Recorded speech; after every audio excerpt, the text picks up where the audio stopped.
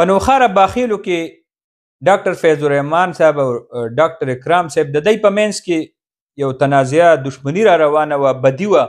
او د نوخار مشرانو حاجي حجاز صاحب د بنک سیاسي شخصیت دی، دغسې سکندر حاجي او ماسټر هدایت الرحمن او ورسره نور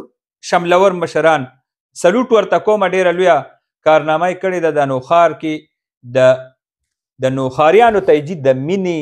اخوت، اخلاص، محبت دې سره ژوند تیرولو پیغام د دې جومات نه ورکړی دی د دې راضینامې په صورت کې.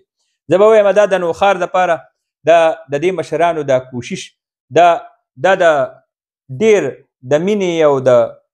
امن او اخوت او د ډېر لوی خوشحالو د ژوند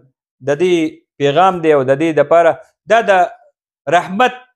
باران یو قطره ثابتېدی شي د دې نوخار دپاره، د دې مشرانو د اکټ، د دې مشرانو د دغلته د روغه راوستل، د دې مشرانو دغلته د دوه رونه په خپلو کې بغلګیر کول، دا دوه رونه په خپلو کې ملاول، دا دوه رونه په خپلو کې ملاول نه دي چې دا ټول نوخار په خپلو کې ملاول دي، او دا ټول نوخار د ټول نوخار ته د مینې او اخوت او محبت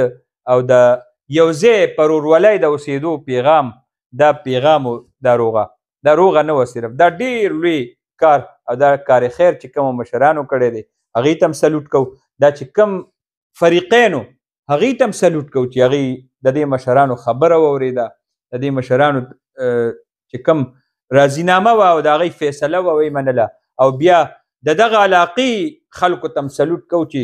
د دې جرګې پشتیبان شو او ټول په جمع او په شریکه راغله او دغلته کېناستل. ډېر لوی د خوشحالۍ کار یې کړی دی. ښاد اوسئ، آباد اوسئ، او الله مو ګلې ګلزار ساته، او نوخار که دغسې خوشحال وي نو موږ به خوشحال یو.